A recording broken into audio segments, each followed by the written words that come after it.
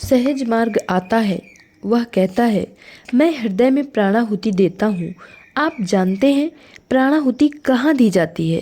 पेट में नहीं, दिमाग में नहीं और कहीं नहीं, केवल हृदय में। प्राणाहुति हृदय से हृदय में दी जाती है। क्यों? बाबूजी महाराज ने बताया है, जिस प्रकार शरीर जीवित है आत्मा से, इसी तरह आत्मा की आवश्यकता प्राण है, जो प्राण से प्राण है। इसलिए प्राणाहुति हृदय से हृदय में दी जाती है। यह हृदय को पुष्ट करती है। बाबूजी महाराज कहा करते थे कि यदि कोई अच्छा, सच्चा और नियमित अभ्यासी है तो उसे हृदय की बीमारी नहीं होगी। यह तो इस प्रकार कहना हुआ।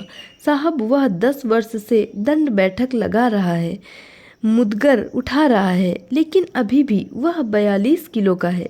यह कैसे संभव है? या वह 10 पराठे सुबह और 14 पराठे शाम को खाता है और केवल 22 किलो का है?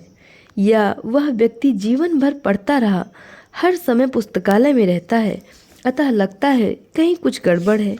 अतः यदि अभ्यासी ईमानदारी से अभ्यास कर रहे हैं, तब पहली चीज जो सुदृढ़ होती है वह है उनका हृदय। हृदय पुष्ट होने का मतलब है कि आपका जीवन स्वस्थ है।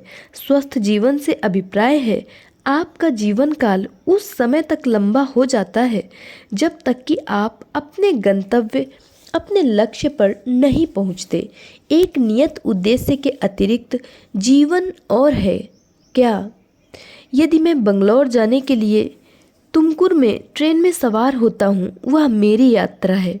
बंगलौर पहुँचने से पहले मुझे मरना नहीं चाहिए। मेरे बंगलौर पहुँचने से पहले ट्रेन रुकनी नहीं चाहिए। मेरे बंगलौर पहुँचने से पहले ट्रेन का इंजन फेल नहीं होना चाहिए। नहीं नहीं साहब, यह दिल्ली क्यों नहीं जा रही है? यदि ट्रेन ठीक है तो यह दिल्ली क्यों नहीं जा रही? अरे भाई, मुझे सिर्फ बंगलौर तक जाना है, मेरे लिए इतना काफ़ी है।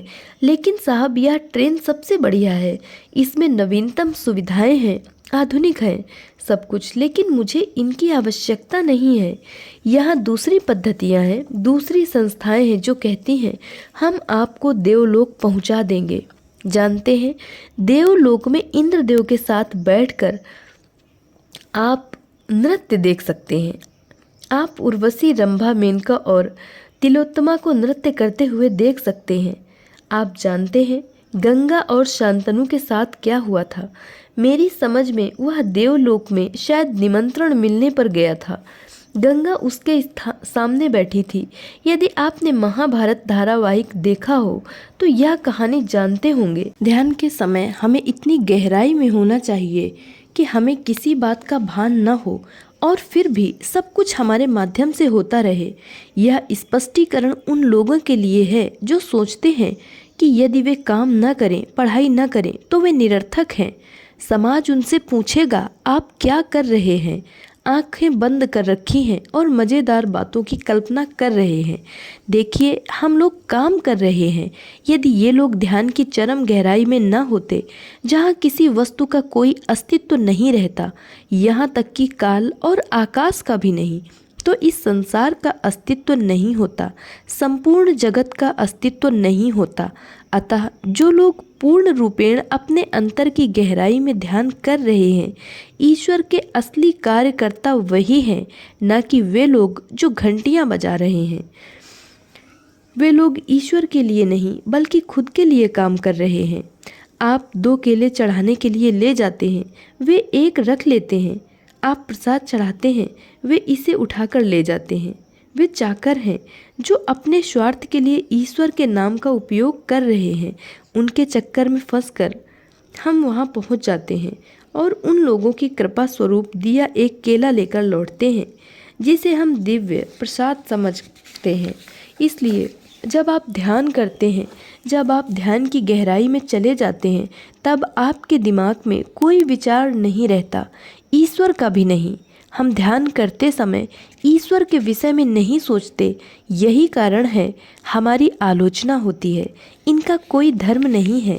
अब मैं हमेशा एक प्रश्न पूछता हूँ, ईसा मसीह ने जीसस के रूप में जन्म लिया था, वे यहूदी थे। मेरा मतलब है कि हर कोई इस बात को जानता है, यह ऐतिहासिक सत्य है। हालांकि ईसाई धर्म का प्रादुर्भाव ईसा मसीह से हुआ, परंतु ईसा मसीह ईसाई नहीं थे, स्वीकार किया। गौतम बुद्ध बौद्ध नहीं थे, जन्म के समय वे हिंदू थे, वे बुद्ध बन गए, गौतम बुद्ध बन गए। जो अस्तित्व की एक अवस्था है, एक आध्यात्मिक अवस्था, जिस प्रकार क्राइस्ट एक अवस्था है, बुद्ध एक अवस्था है, इसी प्रकार हमारे लिए केंद्रीय क्षेत्र एक अवस्था है। मोहम्मद साहब मुस्लिम नहीं थे क्योंकि उस समय इस्लाम धर्म नहीं था।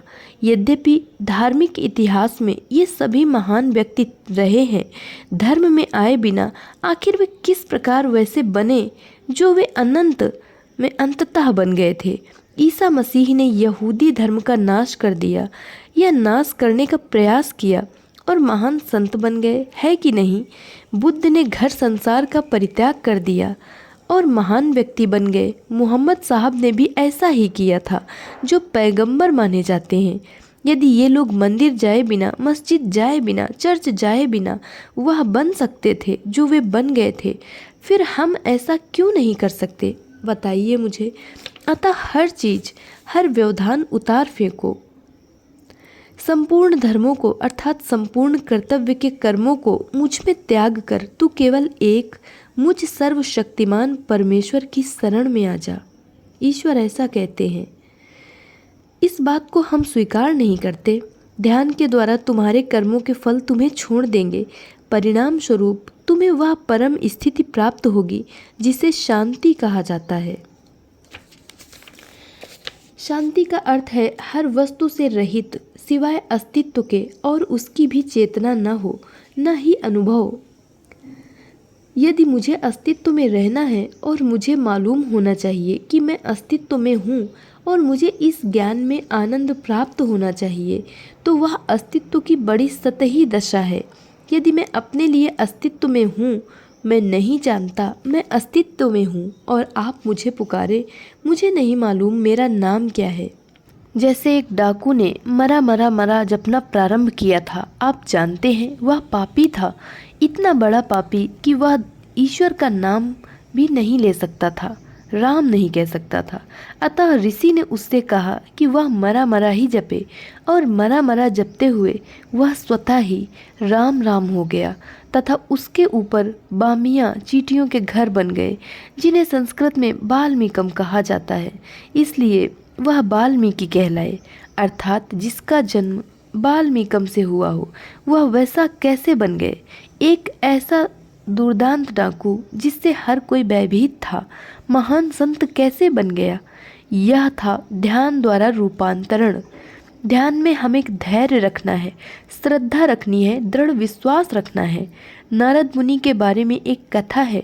एक बार वे भगवान से मिलने के लिए बैकुंठ जा रहे थे। जंगल से गुजरते समय उन्हें एक ऋषि मिले जो ध्यान किया करते थे। उन्होंने पूछा, नारद मुनि आप कहाँ जा रहे हैं? नारद मुनि ने उत्तर दिया, मैं भगवान से मिलने बैकुंठ जा रहा हूँ। ऋषि ने कहा, कृपया मेरे लिए भगवान से पूछना कि मोक्ष प्राप्त करने के लिए मुझे और कितने जन्म लेने होंगे। नारद मुनि ने कहा, ठीक है, मैं मालूम करूँगा। कुछ और आगे चलने पर उन्हें एक पागल सा व्यक्ति दिखाई दिया जो मस्ती से नाच रहा था। उसने भी नारद मुनि से वही बात पता करने का अनुरोध किया कि उसका मोक्ष कब होगा। कुछ समय बाद जब नारद मुनि लौटे, तब ऋषि ने पूछा, क्या आप मेरे प्रश्न का उत्तर लाए हैं? उन्होंने उत्तर दिया, हाँ, अभी तुम्हें 2 जन्म और लेने होंगे। ऋषि बहुत दुखी होकर बोले, हे भगवान, मैंने इतनी तपस्या की, इतने वर्षों तक ध्यान किया, मैं भगवान में इतनी श्रद्धा रखता हूँ, फिर भी अभी 2 जन्म और लेने होंगे। इसके बाद नारद मुनि उस पागल दिखाई देने वाले व्यक्ति के पास पहुँचे। उसने भी उनसे पूछा, क्या आप मेरे प्रश्न का उत्तर लाए हैं? उन्होंने कहा, हाँ, तुम्हें मोक्ष प्राप्त करने से पहले इतने जन्म लेने होंगे जितने इस नीम के पेड़ में पत्ते हैं।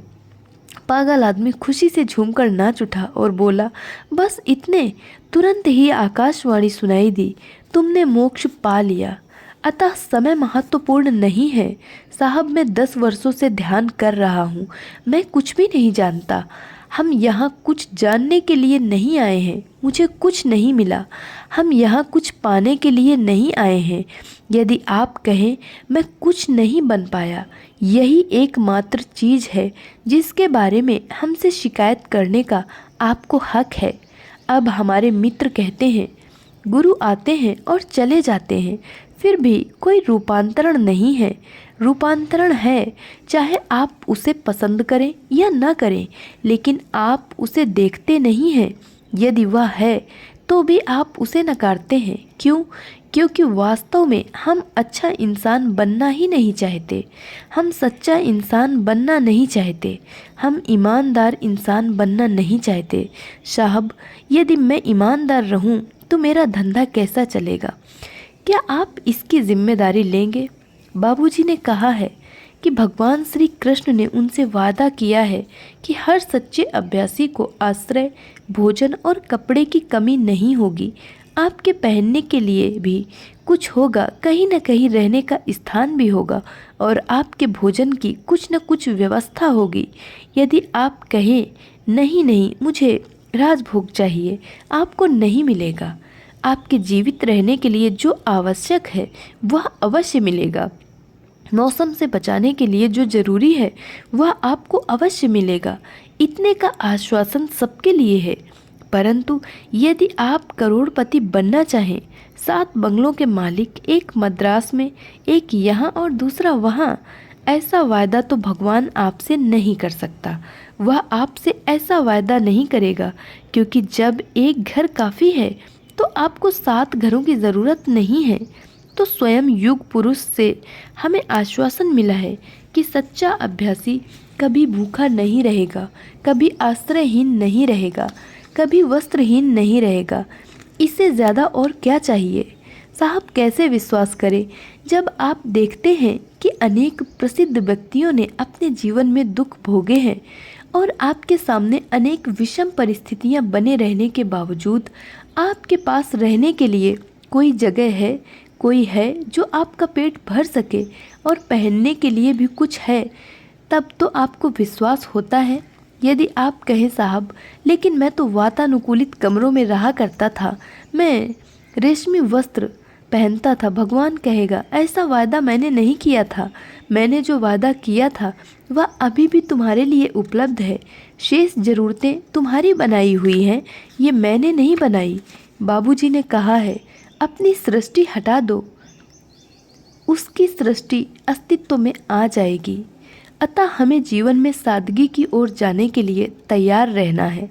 सादा जीवन, सादा भोजन एवं कपड़े, साधारण व्यवहार और बोलचाल का साधारण ढंग, हर बात में सादगी होनी चाहिए।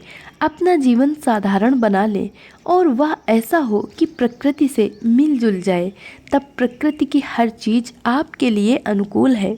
यदि आप कन्नड़ भाषा में बात करते हैं, कुछ लोग कन्नड़ नहीं समझते। यदि आप तेलुगु में बात करते हैं, मुझे नहीं मालूम कौन तेलुगु समझता है सिवाय तेलुगु भाषियों के। परंतु यदि आप शुक ब्रह्मा के समान बन जाते हैं। आप जानते हैं कि हिंदू देवताओं में सुखदेव जी बहुत ही प्रसिद्ध संत हुए हैं।